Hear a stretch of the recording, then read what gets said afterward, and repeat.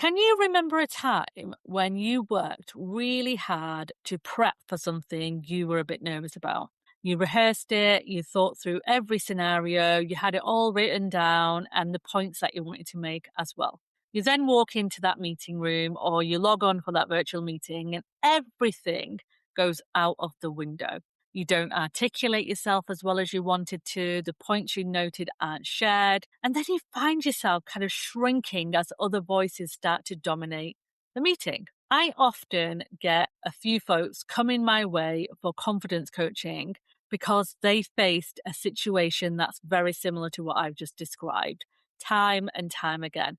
And if you're a long time listener or you've read my book, you will know that confidence isn't something that you either have or you don't. It is a skill that you learn. But what happens when you've done all of this inner work, but the organization or the team that you're working with is doing absolutely nothing to help you make that room safer, not only for yourself, but for others, and to help you boost your confidence? So get ready for what I really hope is an interesting episode, because I can't wait to hear your thoughts on the things I'm going to share today. Hi, welcome to Decoding Confidence. I'm your host, Advita Patel, a confidence and influence coach. And over the next 20 minutes or so, I'm going to be digging into what confidence actually looks like in the workplace. Not the fake it till you make it stuff, but the real deal. So whether you're navigating tricky stakeholder conversations, trying to get your voice heard in the boardroom, or you're just trying to figure out how to back yourself when the imposter syndrome kicks in, this is your space. I'll be talking to people who've been there, sharing practical tools you can actually use, and unpacking the myths that keep us second guessing ourselves. Enjoy this episode. So the confidence stack is something that I invented to help demonstrate how confidence works across the organization and the cultures that we support. It's based on 3 key tiers, and I've also tried to amalgamate my belief habits within those 3 tiers as well. Before I get into it, think of the last time your organization invested in something like a program or training to help you become more of a high performer, or help you sell something a bit more, or how to influence or demonstrate impact. You may have done it as a workshop or a training day or even an away day. You may have even had someone like me coming in to talk to you about confidence or mindset. And you might even been asked to do a DISC personality assessment. You know I love DISC if you listen to my previous episodes. So it'll be like assigned a colour or a number of letters depending on what you've done. That will explain things like why you go quiet in meetings or what conflict looks like for you. And none of this work, by the way, is wrong. Of course it isn't. I'm a huge advocate of this inner work that you do.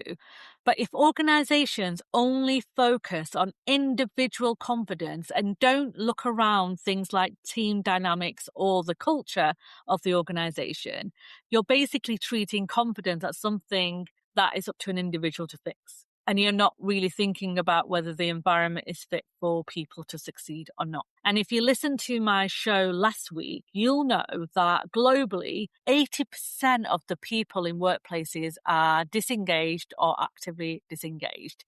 And another study recently found that half of the workers feel unsafe sharing opinions at work because they fear consequences. And I just saw a survey from Radical Candor that said that 6 in 10 employees are hesitant to speak up because they are worried, again, about consequences. So they regularly watch colleagues stay quiet even when they disagree with what's being said in the room.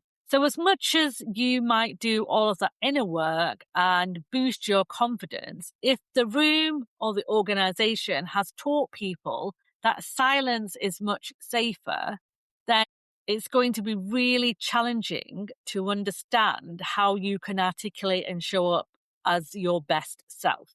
And if organizations only focus on individual confidence, things like mindset, how people present, how people talk to themselves, and are not even looking around their own environment, then nothing is going to change. That person is not going to magically improve if the environment around them is not safe, which is why I've kind of thought of this 3-tier confidence stack, and it's sequential. So tier 1 is that kind of inner work, is that culture within us. It's your own self-belief. It's your own sense of what psychological safety means to you. It's whether or not you trust your own judgment in a room. And this is a place you do have to start. And not because it's the most important tier, but because everything above it then depends on it. And if you don't personally know where you are on the confidence scale, shared and organizational confidence is going to be really difficult and, in fact, almost impossible for you to build or understand. Because if you don't trust your own read on what's working or not, then how can you help others do the same? Tier 2 is what I call shared, and that's a culture between us. That's trust, that's belonging, that's those peer relationships that lets us know whether we're safe to speak up against power or challenge or become that truth seeker that we want to be. And if you haven't done that work in tier 1, then you're more likely to be managing your own exposure and how you look in this situation rather than building that safe culture for other people around you. And then tier 3 is that organizational culture. So the culture around us. This is about the systems, who gets airtime in meetings, whether information flows in a way that makes people feel that they can be trusted. Very rarely you can fix organizational culture by starting at the organizational level because it can feel quite performative. So policies, away days, culture decks don't create confidence on their own. So an example I'll share to describe that is that if your organization has rolled out a brand new inclusion policy, for example, so you've got an exec sponsor, you've got a glossy PDF document, you've got everything in order, but then you've got a manager who displays toxic traits towards their team or towards an individual, and absolutely nothing happens to them, then that policy is just performative, which is why you need to understand yourself, your team, and your organization properly in that order. Because if you skip that and the culture remains toxic, then nothing is going to change. So what does this mean in real life? So you've done all this work, you've done this inner work on yourself. You know yourself really well. You know what works. You know who your triggers are. You know how to articulate yourself and how to show up for yourself.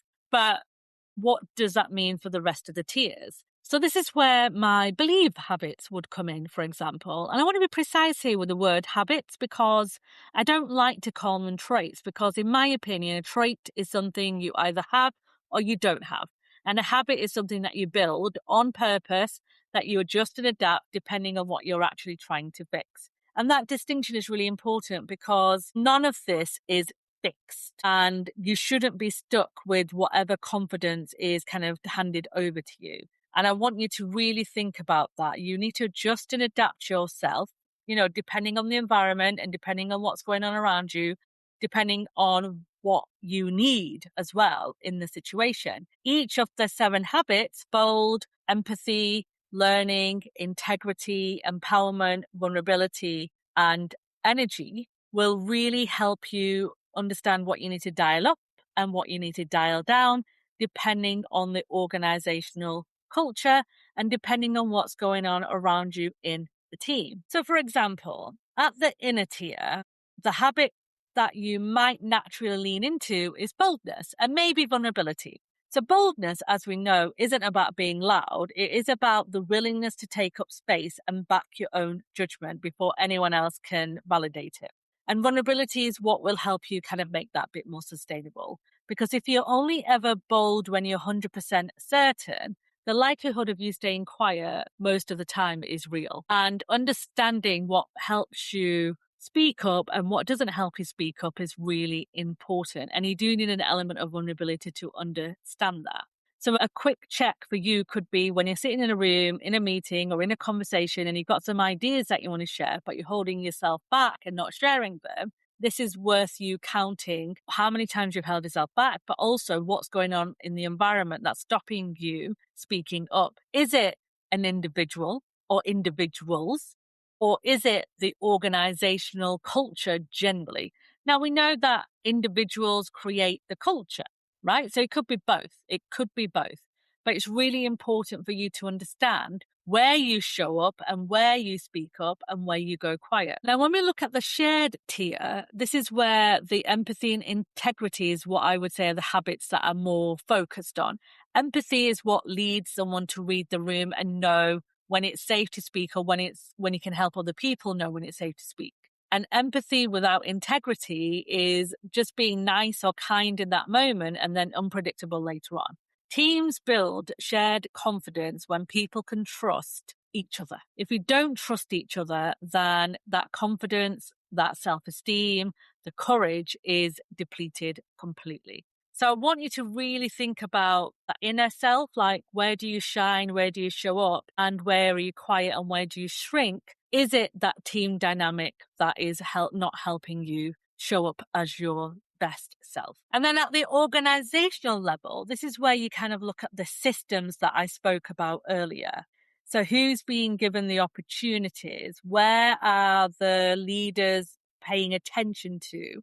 Where are people being punished for being bold and speaking up? Where is information being used to make the right decisions, and where is that information being used for biased conversations? All of this is really important when it comes to that organizational tier. And hopefully, you can see how it kind of works. You need tier 1, your inner self, to understand and recognize that it's not all on you.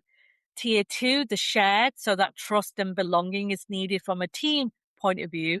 And then that will filter through to tier 3, which is that organizational culture that we talk about all of the time. And in order to build that organizational culture, you need people with you. So to recap, confidence isn't just down to the individual to fix. There are so many other attributes that need to be considered in order for you to understand what confidence looks like for you. And the number of people that I have coached over the years who put all of the pressure on their shoulders because they believe that it's all on them is unbelievable. I've kind of lost count, to be honest with you. Now, of course, the inner work is really important. I wouldn't be here doing this podcast and I wouldn't have written my book if I didn't believe that was important. It is important. But what I want you to really think about, that it's just not all on you. The confidence building isn't all on you. If the culture is toxic, if your team that you're working with doesn't have that trust, doesn't have a sense of belonging, and you feel that you're excluded all of the time, then to be honest, it doesn't matter how much work you do on your confidence and how much coaching you have with someone like me. That's when you need to kind of make a decision on whether or not that organization, that team is going to help you succeed and be your best self. But you can only do that work if you're honest with yourself. You can only do that work when you know yourself inside out and you know exactly what helps you and what you need to support you. That is really important. You can't just make a decision that it's all on everybody else and not on you without doing that inner work first, which is why I said the confidence stack is sequential. And you have to be able to recognize and understand the signals and the signs that help you and the signals and signs that don't help you. Because building confidence isn't an overnight thing. It takes habits, it takes time, and it takes a lot of energy to recognize and understand what work you can do and what you're in control of and what you are not in control of, and how you can adjust and adapt based on the environment that you're working in and the people that you're working with. That's why it's really critical to look at confidence on the 3 tiers. Tier 1, Tier 2, Tier 3, inner, shared, organizational. I really hope this episode was useful and it's given you some food for thought. As usual, I would love to hear your thinking. Where are you right now? Have you considered confidence outside of your own personal growth? Have you looked at it from an organizational point of view? Have you looked at it from a team point of view? I would really love to know. And if you want to dig a bit deeper on any of these habits or anything that I shared, then please do review the previous episodes. I'm talking about lots of different bits and pieces around confidence. And of course, my book, Decoding Confidence, the 7 Habits of Confident Leaders. That also shares a lot more practical tips and advice on what you can do to build confidence in yourself, but also the people that you work with. Take care of yourself. If there's anyone out there that you think will benefit from this episode today, then please do share it with them. I would really appreciate that. And of course, if you get a few minutes, then please leave a short review wherever you listen to this podcast. I will see you next time.